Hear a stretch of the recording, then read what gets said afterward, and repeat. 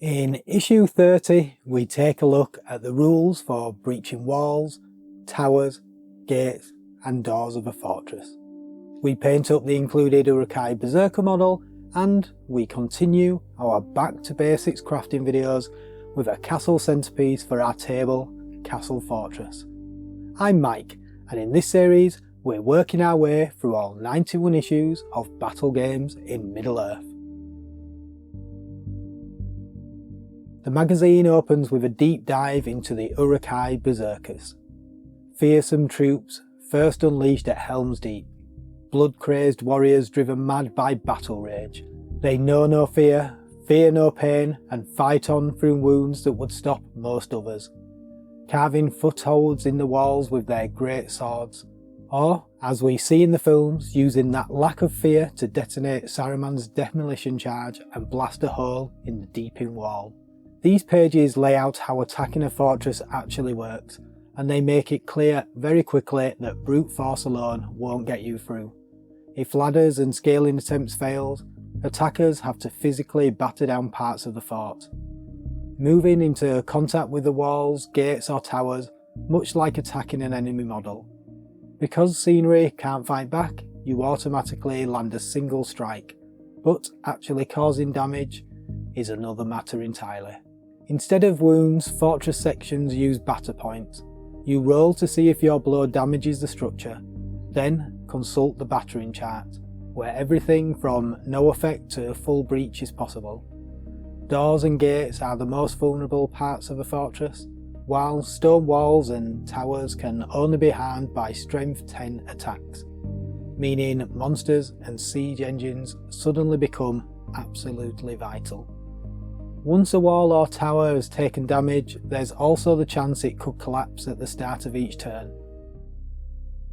This battle game is the final scenario in the Helm's Deep siege campaign, titled Retreat to the Hall, and it's built around a fighting withdrawal rather than a straight up standoff.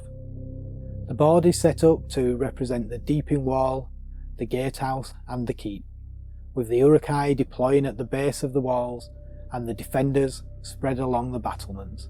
The good side fields Theoden, Gamlin, warriors of Rohan and later Aragorn, Legolas and Gimli, while the evil player brings a large Uruk-Hai force including captains, berserkers, archers, ladders and a battering ram. The numbers heavily favour the Uruk-Hai. Several special rules drive the scenario. Endless Horde means slain Uruk-Hai continuously return to the fight.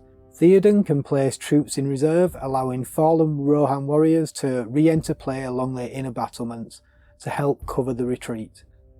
From turn 10, the heroes of the deeping wall arrive, marking the point where the defenders must begin to pull back towards the keep. The game is won or lost very clearly. The evil player wins if they kill Theoden or Aragorn, and the good player wins if, at the start of a turn, both Theoden and Aragorn are inside the Great Hall with no enemy models present. It's a race between overwhelming force and disciplined retreat. Into the painting workshop, and I love the pose of this Uruk-Hai Berserker model. I have a separate step-by-step video on exactly how I painted mine. I'll include a link up here. I've added a few extra details, including a white hand transfer and some blood of the blood god to really sell that brutal berserker feel. Small additions like that I feel go a long way in making a miniature really just stand out a bit more on the tabletop. I also spent some time experimenting with quick, simple basing ideas and stumbled across a technique I've started using regularly by covering the base with water, adding a couple of drops of strong tone. Agrax Earthshade works just as well, and then dabbing on bright green like Shamrock Green. This paint naturally pulls and blends as they dry, and the result is a really convincing organic looking base with very little effort, either as a finished base on its own or something you can build on further. In Modelling Workshop we continue our back to basics approach to create this imposing fortress keep using just cardboard and tissue paper.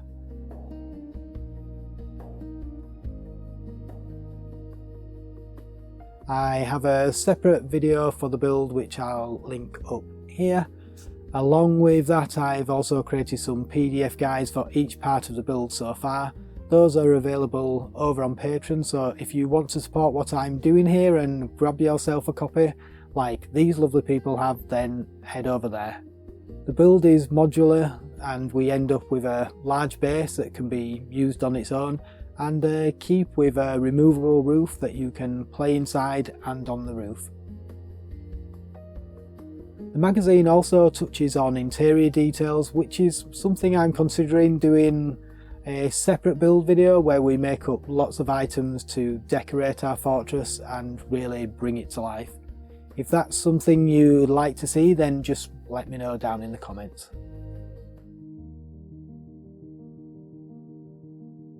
That brings us to the end of issue 30, and over the next few weeks we'll continue the Helm's Deep siege by painting up more Uruk-Hai siege troops and expanding the fortress with a set of modular towers. A huge welcome to our newest Patreon members: Yael Astagor, Dave42, Adam Bisco, Jimmy Cox and Mirko.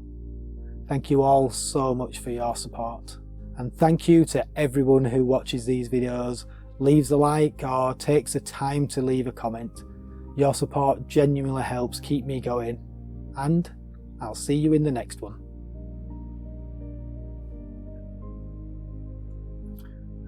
I think that'll do.